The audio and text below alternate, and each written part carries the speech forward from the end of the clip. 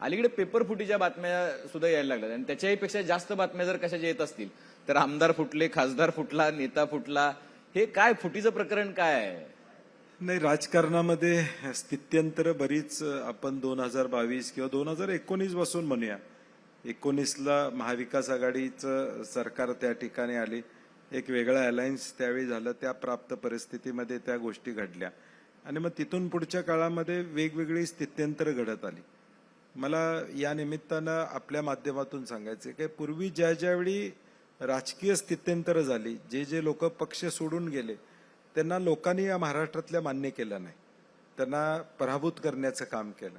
परंतु आत्ता मात्र 2022 नंतर ज्या घटना घडल्या राज्यामध्ये, 2024ला तो निकाल जो अपेक्षित होता, लोक त्याचं उत्तर देतील, ते घडलं नाही.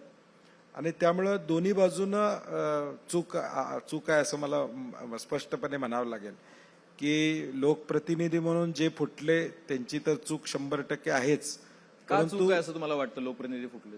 नाही, मग तुम्ही जो एका विचारानं ज्यावेळी पहिली मग तुम्ही राजीनामा देऊन गेलं पाहिजे, कारण की तुम्ही ज्यावेळी मतं मागता त्यावेळी एक आयडियोलॉजी, एक पक्षाची संघटना, त्या पक्षाच्या चिन्हावर किती काही म्हणलं, व्यक्ती केंद्रित राजकारण असलं तरी पक्षाची मतं ही प्रत्येक पक्षाची ठरलेली आहेत. पण जर समजा तुमच्या पक्षाकडून तुम्ही निवडून आलात आणि तुमचं काही कामच होत नसेल, तुम्ही ज्यासाठी निवडून आलात तुम्हाला फंड मिळत नसेल, तुमची जर कोंडी होत असेल, तुम्हाला जर लोकांच्यासाठी काम करताच येत नसेल, तर त्यापेक्षा लोकांच्या कामासाठी म्हणून जर निवडून आलोय तर त्यांनी सत्तेसोबत जाणं पसंत केलं असा युक्तिवाद करतायत. ओमराजे काय म्हणाले तुम्ही ऐकलं असेल, बाकीचे खासदार संजय देना काय म्हणाले, संजय देशमुख काय म्हणाले. गणपतराव देशमुख साहेब विरोधी पक्षात असून देखील त्यांनी आपल्या मतदारसंघाचं भलं केलं, हा इतिहास आपल्यासमोर त्या ठिकाणी आहे. म्हणजे आज तुम्ही तुमची ताकद आमदार आणि खासदार म्हणून कशा पद्धतीनं वापरता, मग नेमकी कामं म्हणजे काय, हा देखील ह्याची व्याख्या आता बदललेली आहे. नेमक्या कामाची व्याख्या ही काय असाही प्रश्न या ठिकाणी निर्माण होतो. तेव्हा मला आता पटत नाही. आता एक फेस सेव्हिंगसाठी सगळे लोक म्हणतायत की बाबा विकास कामासाठी आम्ही गेलो, परंतु तुम्ही विरोधी पक्षात राहून सुद्धा विकास कामं करू शकता. ठीक आहे, जो समजा 1 कोटी रुपयेचा फंड मिळणार होता त्याच्याऐवजी 50 लाख मिळेल, परंतु मिळणार नाही असं होता येणार नाही. तुम्ही जर संघर्ष केला, आणि माझं म्हणणं उलट आहे की मॅन्डेट आपल्याला काय मिळाला, लोकांनी जर मॅन्डेट आम्हाला विरोधी पक्षात बसायचा दिला असेल तर तो आम्ही मान्य केला पाहिजे आणि ती भूमिका आम्ही निभवायला पाहिजे. आता मॅन्डेट जर आम्हाला विरोधी पक्षात राहण्याचा दिला असेल लोकांनी, तर मग त्या भूमिकेला सार्थक वागलं पाहिजे. मग सत्तेत गेलो तर मग आम्हाला विरोधी पक्षात टाकलं. काय आहे, खरंच निधी मिळतो नाही मिळत, कोंडी केली जाते. एका पद्धतीनं बघा असं आहे की ही जर कोंडी होतीये, आणि आता मी काही लोकांना कोट यासाठी करतोय की ती माझी वक्तव्य वाटू नये. ते म्हणाले की ट्रान्सफॉर्मर बसवायला सुद्धा, डीपी बसवायला सुद्धा माझ्या अर्जावरती डीपी बसत नाही अशी परिस्थिती आहे. डीपीडीसीचा निधी थांबवलेला आहे. 5 कोटीत मी काय करणार वर्षाला? अशा वेळेला जर माझ्या पत्रावरती ट्रान्सफॉर्मर सुद्धा सरकार बसवत नसेल तर काय ऑप्शनच राहत नाही असं त्यांचं म्हणणं आहे. एक वाक्य त्यांचं आहे, कोट करतो, सत्तेपुढं शानपण चालत नाही असं म्हणतायत. एवढी कोंडी, अशा पद्धतीचं वर्तन, मग ते पक्षपाती वर्तन म्हणू शकतो आपण त्याला, अशा पद्धतीचं वर्तन चालू आहे. तुमचा असा अनुभव आहे? नाही, तो अनुभव आहे. गेल्या 10-15 वर्षामध्ये तो अनुभव थोडा जास्त झाला. म्हणजे मी असं म्हणणार नाही की आत्ताच तो सुरू झाला असं म्हणणार नाही. गेल्या 15 वर्षामध्ये थोडा तो सुरुवात झाली. परंतु महाराष्ट्रामध्ये जो निधी येतो किंवा महाराष्ट्राचं जे नियोजन विभाग आहे, हे पैसा कसा देतं, हे ह्युमन डेव्हलप इंडेक्सवर देतं, पॉप्युलेशन बेस्ड देतं. एखाद्या जिल्ह्याला पैसा येतो तो तिथल्या पॉप्युलेशनवर येतो.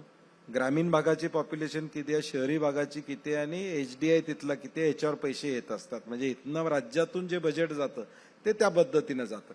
ठीक आहे, एखाद्या जिल्ह्यामध्ये थोडे जास्त पैसे जातात एखाद्या प्रोजेक्टला, परंतु तुम्ही म्हणताय ती ग्राउंडवरची वस्तुस्थिती खरी आहे की आज लोकप्रतिनिधींचा हक्क काय, तर आमदार फंडाच्या पलीकडे नाही अशी अवस्था विरोधी लोकप्रतिनिधींची झालेली आहे. मी झालेली नाही असं म्हणणार नाही. मगाशी जो प्रश्न आपण मांडला, आज सत्तेतल्याच आमदारांना सगळ्या पैशाचं वाटप अशा पद्धतीचं नियोजन आहे. आम्ही परवा जिल्हा परिषदमध्ये कोल्हापूरमध्ये आमचे 17 सदस्य आहेत.